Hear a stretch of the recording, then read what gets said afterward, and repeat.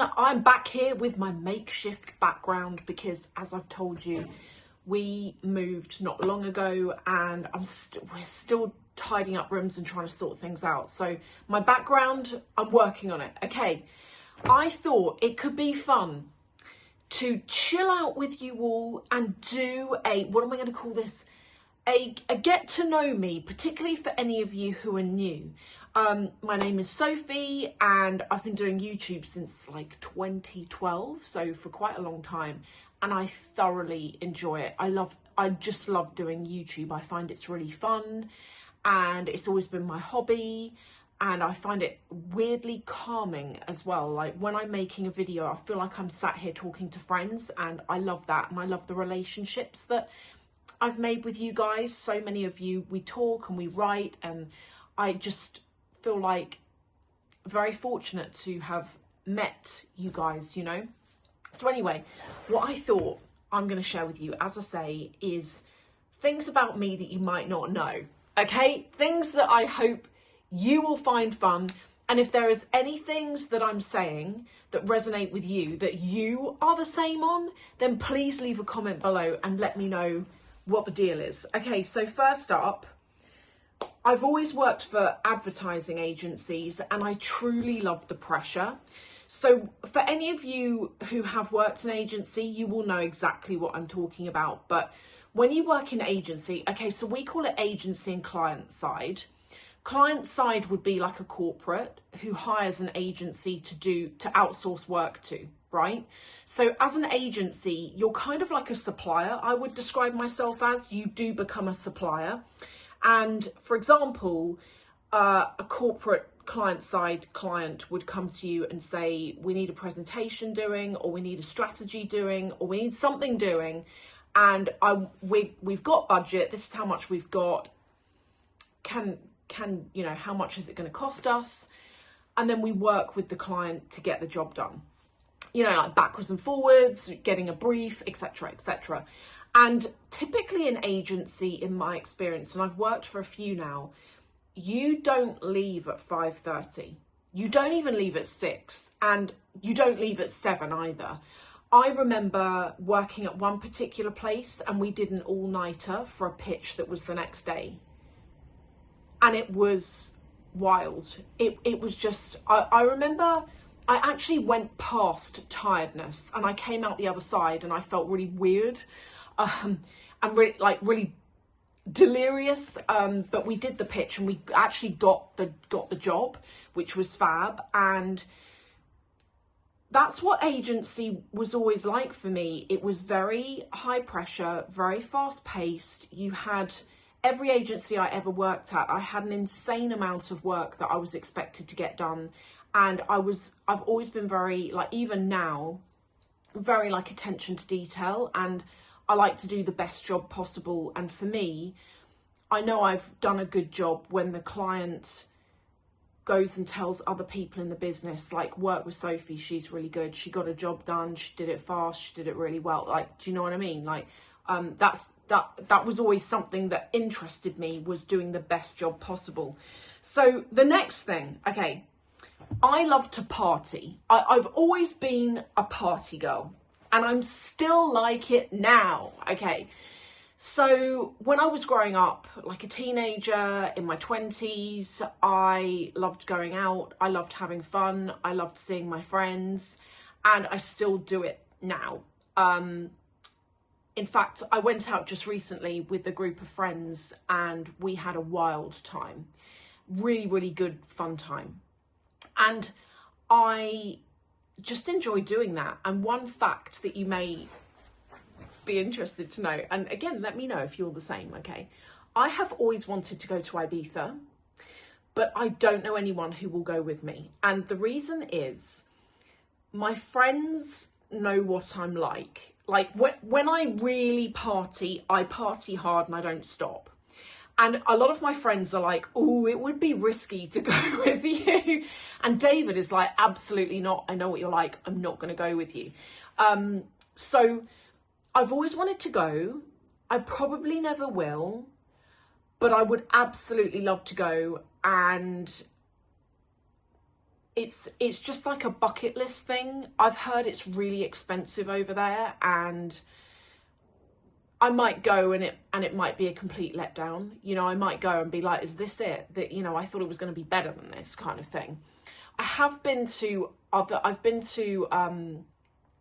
like many years ago when I graduated, myself and a group of friends, we all went to Maspalomas in Gran Canaria, which is like a bit down market. But we were students, you know. We went on an 18 to 30s holiday there, and I just remember I had the best time. I came back really tired. We were there for like a few nights, but it was just the best.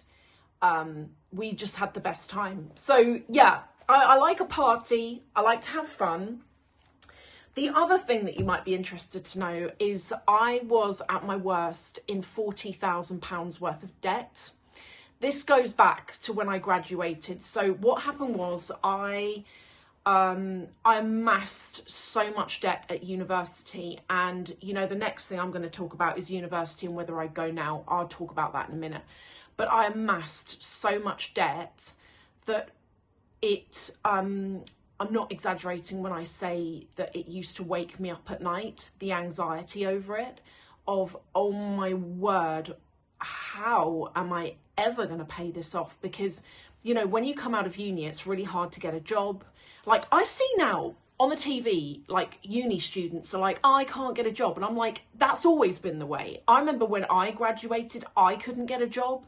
And when I did, it was like a naff receptionist job that was like really low paying, and I was treated awfully. That's why I'm calling it naff. I'm not saying that being a receptionist is a naff job. I'm saying that the place I worked at was naff. Wasn't so much the job, even though they made it that way, you know. And I just remember getting paid, and my pay was not enough to cover all of my outgoing minimum payments on like credit cards, etc. And I ended up, even though I was working, and I ended up working 2 jobs. In the UK, if you work more than one job, you get taxed. It's called emergency tax on the second job, or etc. And I was taxed so much there was actually no point doing the second job. But I felt like I felt that by doing the second job, I was at least trying. It was kind of like a self-punishment thing, actually, when I look back to it. But it took me around about 8 years to pay off the debt. And really, I only started to manage to really chip away at it when I got jobs that paid me well enough that I could start not only paying back the interest, but paying back the capital of what I owed, and still had a little bit of money left at the end of each month to like buy food and do whatever. And so that was what was my savior. A lot of you write to me and you're like in the same situation, and you say, I'm in debt and I'm really scared and I don't know what to do. How can I get out of it? And I always say back to you, it's not a quick fix, right? And because, okay, I always say back to you, the way I did it was to earn more so that I could chuck more of my earnings into the debt, right? And another thing that I did that worked really well is I had credit cards all over the place, and the interest rates on them, some of them were crazy. So what I did is I consolidated. So I moved quite a lot of credit cards into a loan, where at least with the loan, I was paying 1 APR, and I could see progress, paying down, like every month I could see progress. And that was another thing that really worked for me.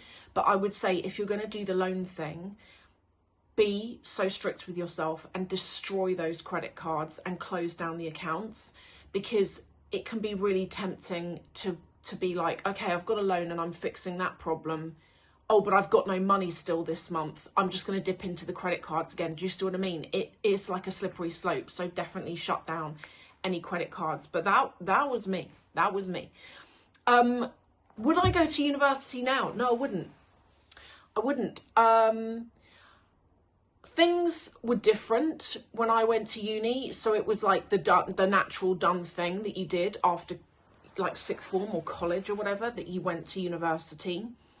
And I will say, with a lot of the jobs that I got, with one job in particular, they said to me, one of the reasons why they hired me is because I had a degree in the area that I was working, like marketing, right?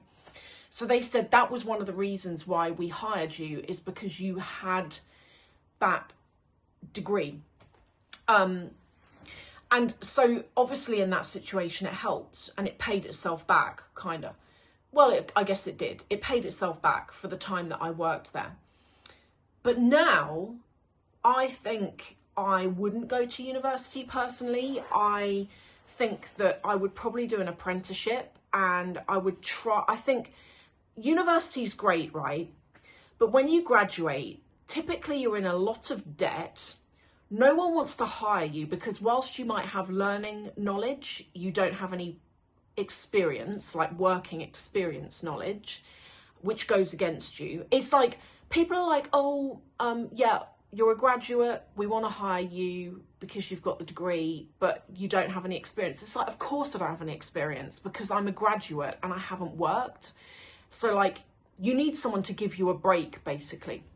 But I don't think I do university now. I do an apprenticeship or I do work experience, and I would work my way up that way, because let me tell you, I've always worked in marketing, right? In ad agencies. Never once, I want to say, have I ever used my degree to do the job. Like, I remember when I was at uni, they'd be like, oh, when you work in marketing, you'll always do a SWOT analysis. I've never had to do that working in advertising or marketing. No one I've ever worked with has ever done that. It's just like, the only bit of my degree that I have actually used, and it's really weird because I've used it with YouTube of all places, is part of my degree was in media. So it was like filming, editing, sound, editing magazine covers, like putting together magazines. So like if you had a model and she had flyaway hairs, like learning how to get rid of those and etc. You know, that actually taught me a lot, and I do reflect back on that a lot. But the marketing side of things, no, I don't think I'd go. The next thing, I've had cancer and I live to tell the tale. And I had cancer as a child, and I was sick for like years. And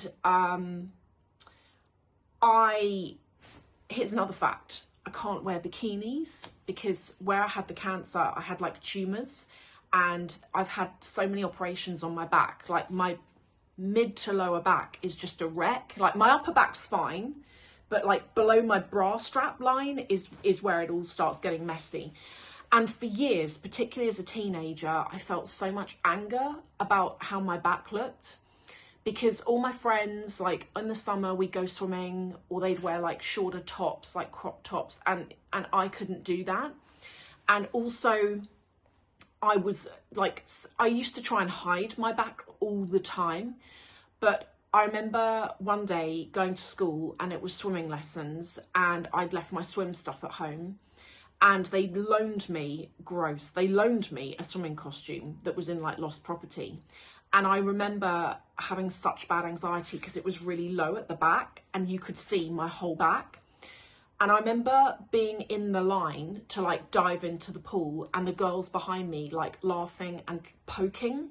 And I can't have anyone touch it because it's so, it makes me cringe. I can't even touch my back myself.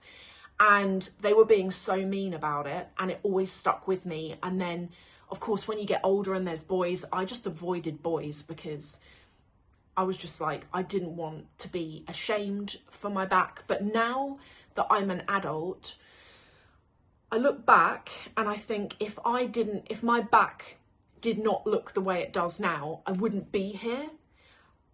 It's an unfortunate thing. I mean, you say that. I'm so lucky because some people get cancer and they don't make it. And I had cancer and it's scarred me. But now I'm just like, okay, well, I can't wear a bikini. I'll just get like a nice swimsuit, or like, you know, I can't wear a shorter top. I'm too old for a Shohet top now, but you know, that kind of thing. Like I wear different things. I've learned how to dress for it, but and I don't feel so stressed about it anymore. Like if anyone sees it, I'm like, yeah, I had cancer.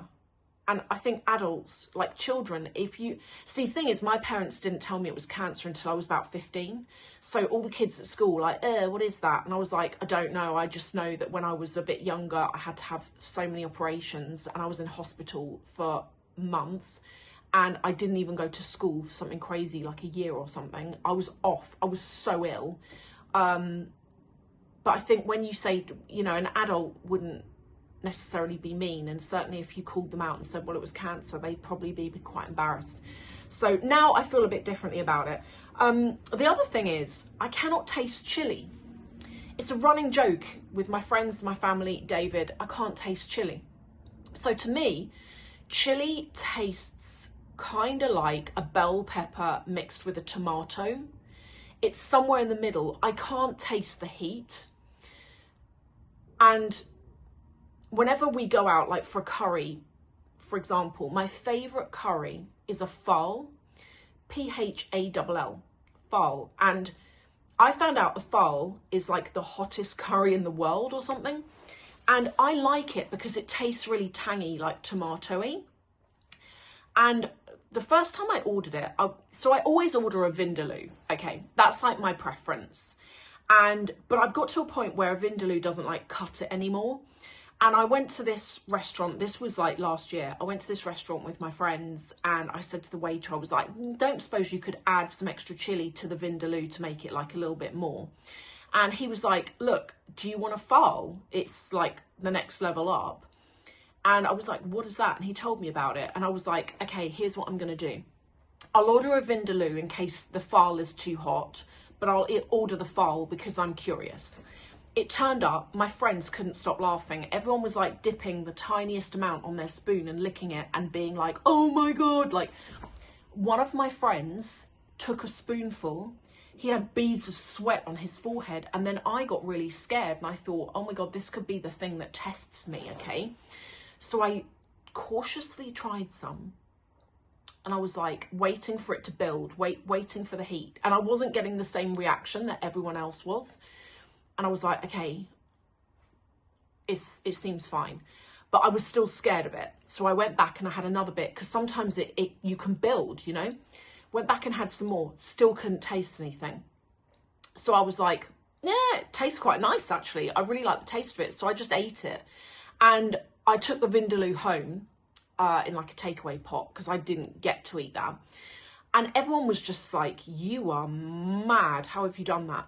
Now, here's the thing. The only way I know that I have eaten something extremely hot is I get indigestion about an hour or more later. And I remember after eating this phal, going to bed that evening, and the acid reflux was something insane. Like, it felt like ice cold burning in my esophagus.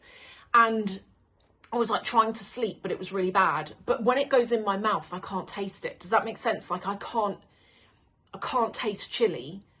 But if I eat something extremely hot, I know about it because my stomach is like, what have you done to me? So that's chili. The other thing, I've never wanted children and I don't feel lacking for it. I knew from a really young age, I used to, like when I was a kid, sometimes I used to imagine what am I going to look like when I'm older, and what's my lifestyle going to be like? And I had all these thoughts in my head. And never once did I ever imagine having children. It just wasn't something that I ever wanted for myself.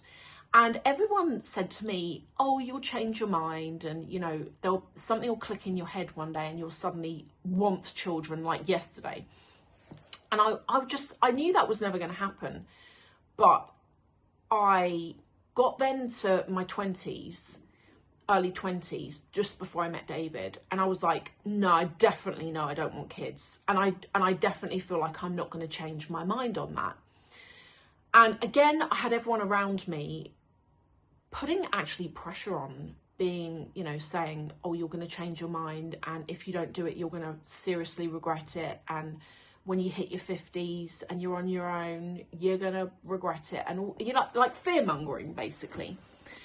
And then I met David and we started dating and we had the conversation about kids. And I said, look, this was one of the first things I said, actually, because I thought, you know, I'm going to be fair about this. I said to him, I don't want children. And I can't see myself ever changing my mind on that. It's not, I don't want to be pregnant. It would terrify me to be pregnant. It would really terrify me to give birth. And then the thought of being responsible for a small human freaks me out as well. And it's not something that's in my genes for wanting, you know, it's not something that I feel like I really want in my life. Anyway, so I told David this and he was like, I don't necessarily want kids either. He was like, I always thought I probably would, but not by choice, just because he was like, it's stereotypical, right? And it's not actually correct, but he was like, it's normally the woman who wants the child. And I disagree with that. I think there's a lot of men who want kids as well, of course. But David was like, I just assumed I'd end up with somebody who really wanted children. And I'd be like, oh, okay, all right, let's roll with it. But he doesn't want them either. And we just started dating and we just get on like a house on fire. The two of us are peas in a pod and we're very opposite people. It's really weird. Like I'm very extrovert. He's very introvert. I'm very spontaneous and reactive and he is not, but the two things coincide perfectly.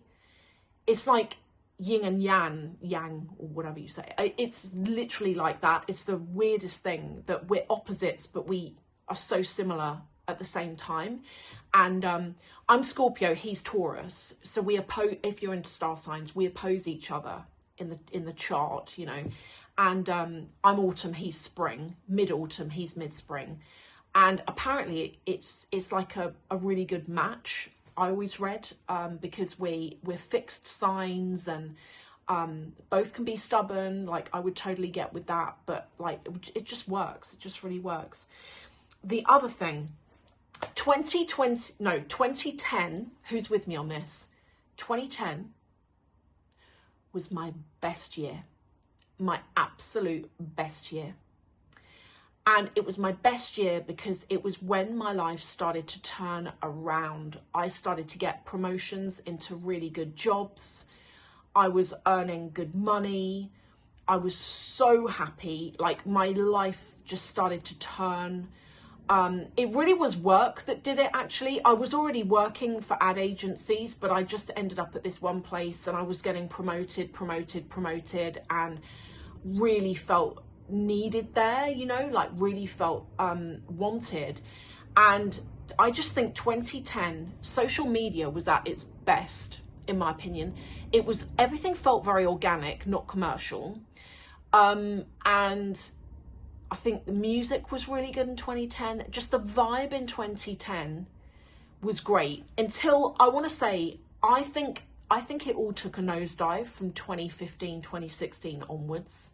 You know, just like the way social media started to evolve, and, you know, I don't know, I can't put my finger on it, but 2010's definitely the best year.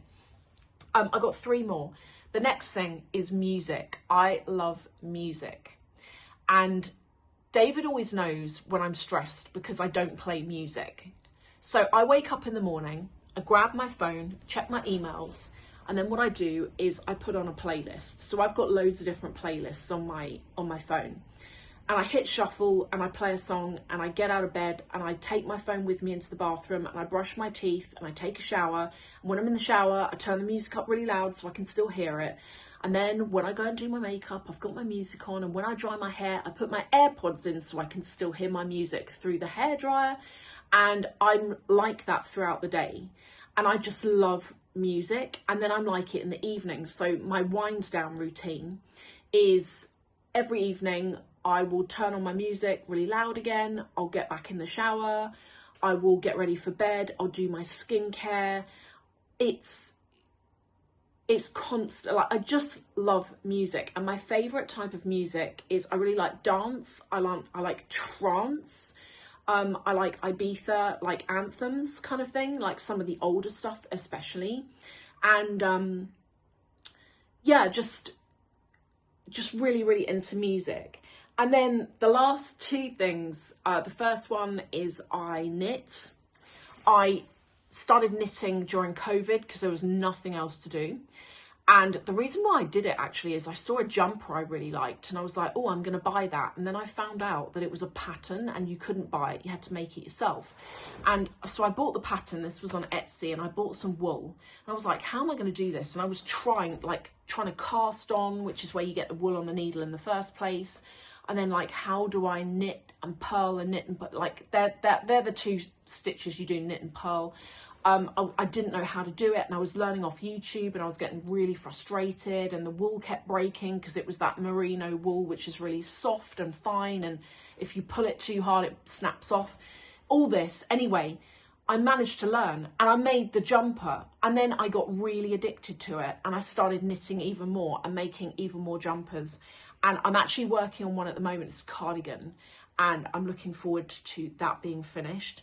And then the final thing, I normally get, and certainly aim for, 10 to 13 hours of sleep a night. That is my secret to feeling great. So I'm a running joke in the family. I wear an Apple iWatch thing, and it tells me how much sleep I'm getting.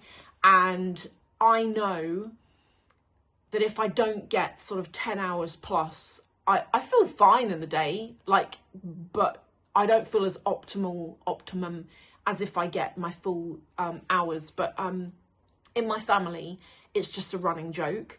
Everyone's like, do you know you're asleep half the year because you're sleeping so much? But I've always been like this. I remember when I was a teenager, my mum would be like, Sophie, you are not a cat. You do not need as much sleep as you're getting. But I've just always loved sleeping. And so I normally go to bed quite early, and now that I'm retired, so with my work, I'm semi-retired, so I still work in advertising, and I work on a freelance part-time basis now. So I was full-time until like last autumn, when myself and my husband, because we work together, he was like, I want to fully retire. I was like, I want to semi-retire. And now I've got a lot more freedom in my life, so I can pretty much get up when I want. And I do still have my work, and I might still have a conference call booked at like 9 a.m, fine.